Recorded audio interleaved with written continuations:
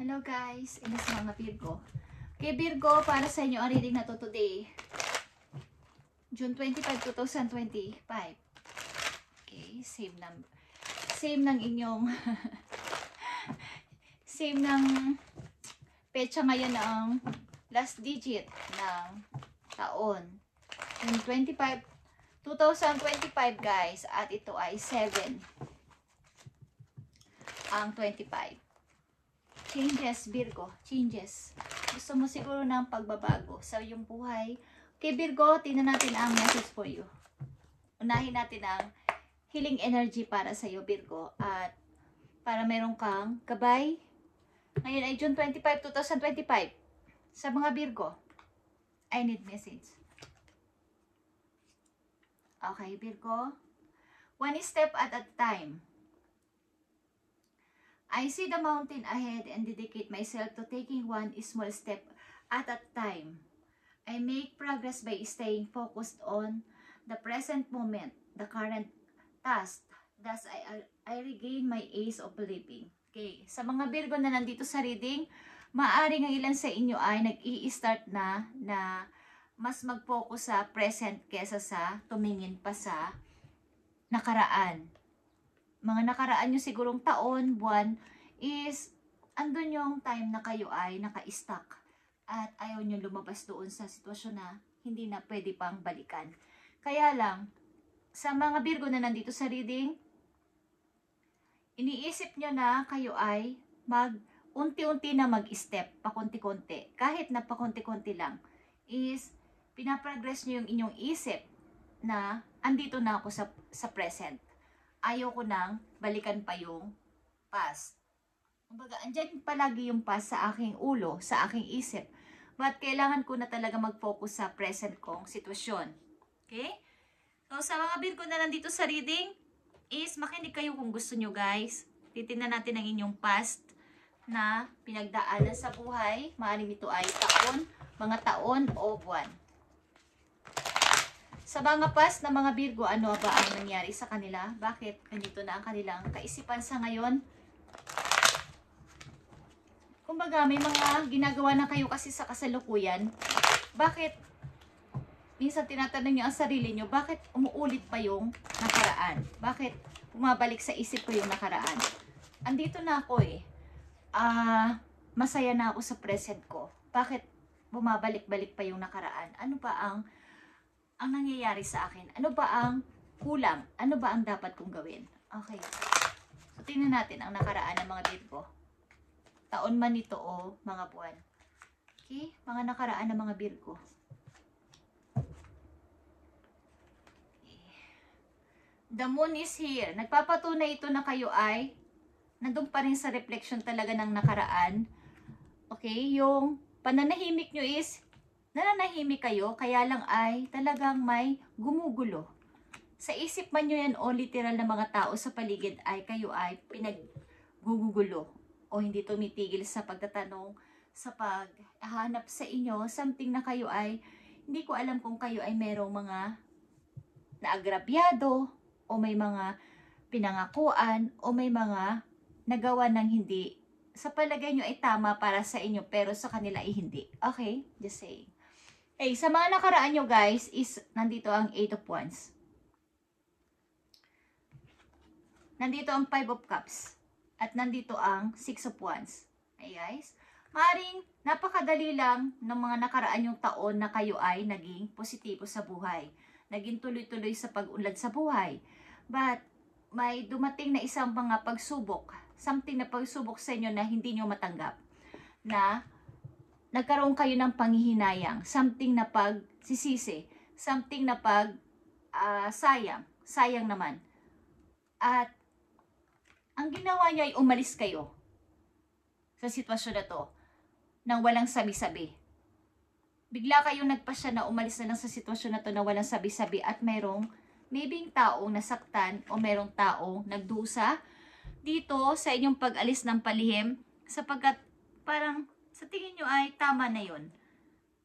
Natapos na o wala nang nangyari. Pero kailangan ko nang lumisan o kailangan ko nang alisan tong sitwasyon na to. So parang sa nakaraan ninyo, taon man ito, mga taon o buwan is, may mga tao maybe kayong nasaktan o may mga tao kayong hindi. Baga, hindi sila komportable na kayo ay umalis na lang ng basta-basta. Dahil iniisip ng inyong sarili. Iniisip nyo na kayo ay maging okay. Kaya lang may mga taong hindi okay sa nangyari. Okay, tingnan natin to guys. Ano ang inyong present, Virgo? Present ninyong sitwasyon. Sa inyong kasalukuyang sitwasyon, tingnan natin. June 25, 2025. Sa mga Virgo. Present ninyong sitwasyon. I need 4 messages dito. Thank you. Okay. Sa present yung sitwasyon, nakita nyo ang 3 of Cups. Masaya ako kung ano ako meron ngayon. Kung sino ang kasama ko sa ngayon, I'm happy. Okay, nakikita nyo ba ang Queen of Wands? I'm happy with him or with her o sa mga taong nakapalibot sa akin. Sa mga taong humahanga sa akin, sa mga taong ako ay ino-honor, ako ay ina-adore, ako ay ina-idol. Okay, Virgo, masaya kayo sa inyong nararanasan today o sa kasalukuyan. Bilang isang sa energy ng Queen of Wands, kayo ay laging center ng pansin. Palagi kayong napapansin, sa amang kayo pumunta, sa amang grupo kayo sumali, is lagi kayo ang angat. Laging kayo yung nakikita. Laging kayo yung nagsashine. Angat kayo kaysa sa iba. Okay? Sa kasalukuyan ninyo. At nandito ang 2 of Wands, guys. May mga dumarating sa inyong isip na kayo ay mag-travel, kayo ay umalis, kayo ay pumunta kung saan. Virgo. At sa kasalukuyan nyo rin, kayo ay tuloy-tuloy sa pag-iipon ng pera. Something na kayo ay may invest, nag-i-invest o balak mag-invest sa isang kung saan yan, guys. Is gusto nyong palakihin ang inyong money. Mahilig kayo sa pagpapaunlad sa inyong sarili, sa inyong pera, at kung saan-saan pa na makapagpapaunlad. Yeah, guys. 10 of Wands is here. Balak nyo sigurong mag-relocation o something na umalis sa inyong lugar. Balak nyo umalis o balak ninyong mag-travel, guys, sa mga Virgo. Tingnan natin to, guys. Okay. Kayo ay madaling mag-desisyon. May masaktan man o wala is, pag nararamdaman ko na ako ay parang hindi na okay dito, madali kayong mag-decide. At wala kayong pakialam kung masaktan man ang nasa paligid ko. Okay. Tingnan natin ang message pa po yun. Virgo. Nandito ang Queen of Wands. 2 of Wands. 7 of Pentacles and 10 of Wands. Malakas dito ang fire sign kung may involved sa inyong fire sign, Aries, Leo, Sagittarius at Capricorn. Okay, nandito din ang lovers. Kayo ay nasa relasyon. Sa mga Virgo na nandito, kayo ay nasa relasyon o nasa koneksyon. Meron kayong kasintahan o meron kayong kinakasama o meron kayong asawa. Okay, Virgo. Ace of Swords is here. Guys. Nandito din ang King of Swords. Nandito din ang Knight of Swords. About ito sa inyong decision at sa inyong mga choices. Sa inyong action. Okay, guys? At nandito din ang Knight of Cups, guys. Kayo talaga ay isang tao o isang nilalang na sobrang logic mag-isip. Palaging may dumarating na mga pagkakataon na pag ginusto nyo is agad-agad yung gusto agad na kunin, gusto nyo agad na puntahan o plano nyo agad gawin. Hindi kayo nagpapatukpik-tukpik pa at hindi nyo dinadaan sa emosyon. Palaging ginagamitan nyo to ng pag-iisip o ng logic na kaisipan. Hindi kayo nagpapadala sa inyong emosyon. Bagamat kayo ay may konti-kunti ding pag nahihirapang magdesisyon o pag may plano is talagang gusto nyo agad na ituloy at wala nang patumpik-tumpik pa. Pag sinabi ng plano kong pumunta doon, gusto nyo agad na itry. Ayaw nyo munang pag-isipang mabuti. Kumbaga, ang mga Virgo na nandito ay practical. Ayaw nilang may masayang na panahon. Ayaw nilang may masayang na araw. Pag agad-agad is gusto nila agad na subukan o itry. Tingnan natin ito guys, kung ano to. Maring kayo ay mahilig talaga sa pag-invest o sa kumbaga nandyan man ang pag-ibig is parang bonus na lang yan sa akin. Ang priority ko ngayon ay pag-iimpok para sa sarili ko at sa future ko. Kung ikaw man ang makasama ko sa habang buhay is mas maganda, pero kung hindi is okay lang. Ang ilan kasi sa inyo ay meron nang natutunan sa buhay, mga nakaraan ninyo maraming taon sa nangyari sa inyong sarili. Kaya maaaring ang inyong kaisipan na this time ay napaka-logic at wala nang, kumbaga yung emotion ay ginagamit nyo rin pero napakaliit lang ng porsyento na inilalaan nyo doon. Mas marami na yung inyong isip, mas marami na yung pagka-practical sa buhay. Okay, Virgo, ano na ang kahihinatnan nitong inyong mga iniisip na to? Tingnan natin, Virgo. June 25, 2025. Ay guys, Four of Coins is here or Four of Pentacles is nandito. Talagang kayo ay hinuhold nyo ang kung anong meron kayo sa ngayon. Hindi nyo to basta-basta ipinamimigay o inisi-share. Sapagkat gusto ninyo itong lumago pa. Kung ito ay money o pag-ibig din, is ayaw nyo itong mawala sa inyo sapagkat ito ay akin. Ito ay akin. Ito ay aking pinaghirapan. Okay? At tingnan natin ang inyong message. Nakikita nyo ang 9 of Coins. Kung gaano kayo kagaling maghawak ng money, kayo ay magaling mag-manage ng pera. Virgo, kung kayo ay negosyante, kayo ay madaling umangat sa buhay, madali kayong magpaikot ng negosyo, at logic talaga kayo mag-isip. Walang masyadong halong emosyon sa pag-iisip ng anumang bagay. Okay. Andito ang desire, guys. Ito ay number 7. Maaari ang inyong pag-ibig ng iyong minamahal ay hindi masyadong napupunan ng oras. Okay? At talaga namang nagkakaroon dito ng yung parang magkasama man ng isang person, hindi man magkasama o magkalayo, LDR or something na kayo ay magkarelasyon sa malayong lugar is mayroon talaga ditong hurt na nararamdaman ng isang tao, ikaw man o ay yung karelasyon, sapagkat ang yung focus ay nasa pagpapaunlad sa sarili o sa money. May konti ditong complex about sa pag-ibig sapagkat may hati. Hindi binibigyan ng maraming porsyento ang pag-ibig. Ganito yung mindset ng mga Virgo na nandito sa reading. Guys, tingnan natin to guys.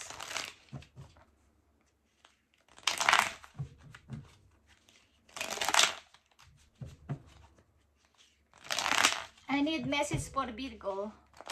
June 25, 2025. June 25, 2025. Sa mga Virgo. I need message for Virgo. Bigay mo ang tamang mensahe dito sa mga Virgo.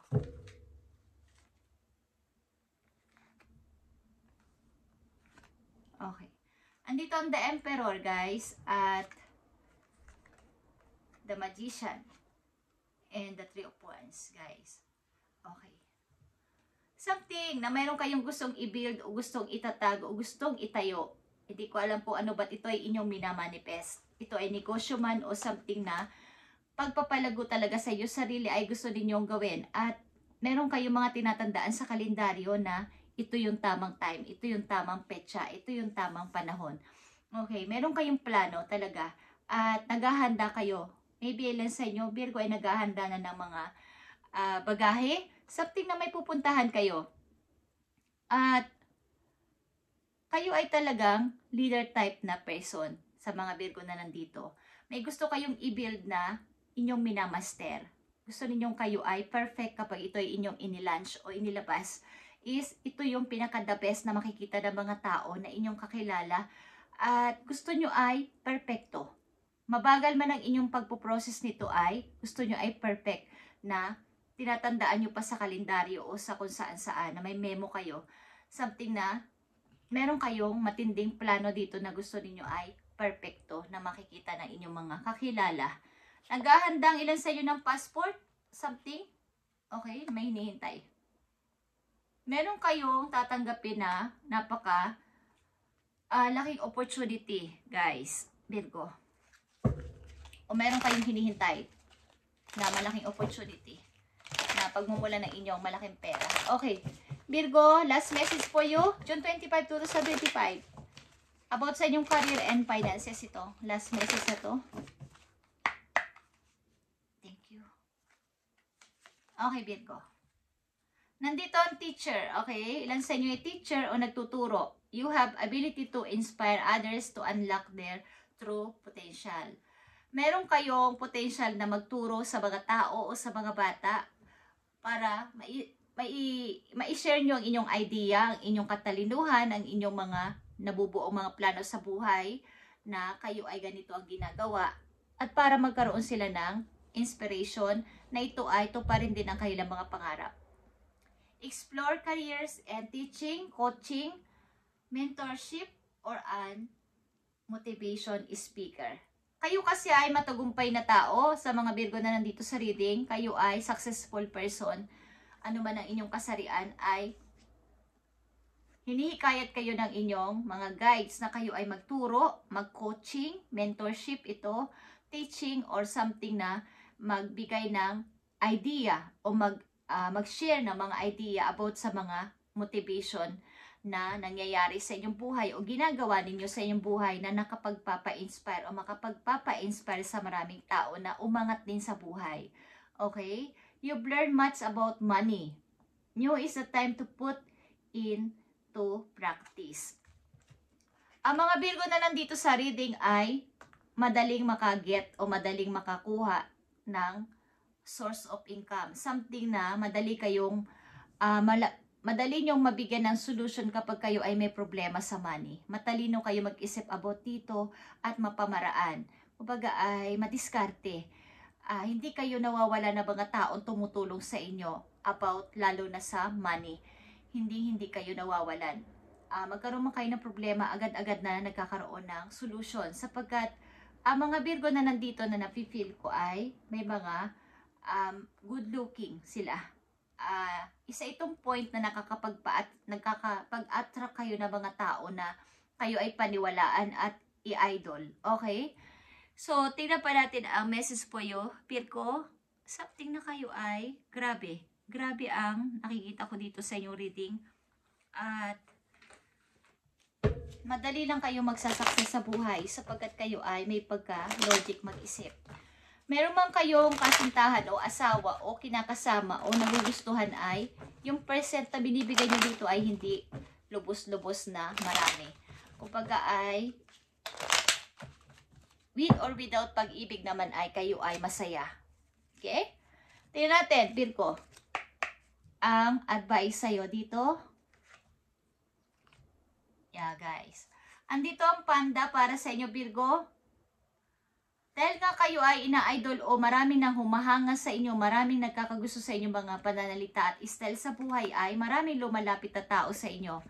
Like a panda is magbigay kayo ng boundaries sa inyong buhay kung sino-sino ang inyong ini-entertain at kinakausap at binibigyan ng mga kumbaga, mag-share man kayo ay yung inaakala nyo lang na tama at sapat na. Huwag yung sobra-sobra sapagkat kayo naman ang mauubusan ng energy sa inyong gagawin o ginagawa na to. Na masyadong nagbibigay ng maraming time sa mga taong lumalapit sa inyo. Bigyan nyo rin ng limitasyon. At something na bigyan nyo ng love ang inyong sarili. Kung kayo ay tumutulong sa iba, bigyan nyo rin lang ng konting pasasalamat ang inyong sarili sa inyong mga natatanggap. At bigyan ninyo ng gift ang inyong sarili sa inyong mga nakamit sa buhay. Whenever you seek, your intensity is faith will be paying off. Know that no matter the temporary outer condition, you will manifest your desire and divine timing and in the form that is best for you. Okay. Kayo ay, ang mga Virgo na nandito ay talagang pag nagkagusto o mayroong gustong gawin sa buhay ay talagang tinututukan at binibigyan ng focus. Doon lang kayo naka-focus talaga ng 100%. Kaya talagang ang ganda ng outcome sa inyo na mga nangyayari sapagkat ito ay inyong pinapag-pray at yung adhikain nyo dito ay talagang sobra-sobra. Kaya pag dumating sa inyo ay talagang kayo ay natutuwa. Okay, Virgo? Ito ang message nyo today, June 25, 2025. At napakaganda ng inyong message. Wala ko ditong nakikita na parang, kumbaga, bigyan nyo lang ng balanse ang sarili, ginagawa sa buhay na to na pagpaparami o pag-iipon ng money at ang pagpapapasok ng mga tao sa buhay ninyo ay bigyan nyo ng mga balanse. Something ng ilan sa inyo ay nakafocus sa inyong present moment na, hindi na katulad ng mga nakaraang taon nyo na kayo ay nag-i-stay doon sa past. Maaring ang mga Virgo na nandito ay gusto ninyong ma-relive. Okay. Parang, alam nyo ba yung nagla-live tapos nasira o na humina yung wifi, di ba? So, nagre-re-alive siya ulit. Relive. Okay. So, parang, gusto nyo ulit i-fix ang lahat. Kaya, ngayon yung tamang time na sinasabi nyo sa sarili nyo na kailangan ko nang mag-focus sa present ko. Something na, ang dapat kong gawin ngayon ay, kung ano yung naiisip ko, gawin ko na kaagad. Huwag ko nang kapagpabukas pa. Okay. Thank you, Virgo, and God bless sa inyo lahat, guys.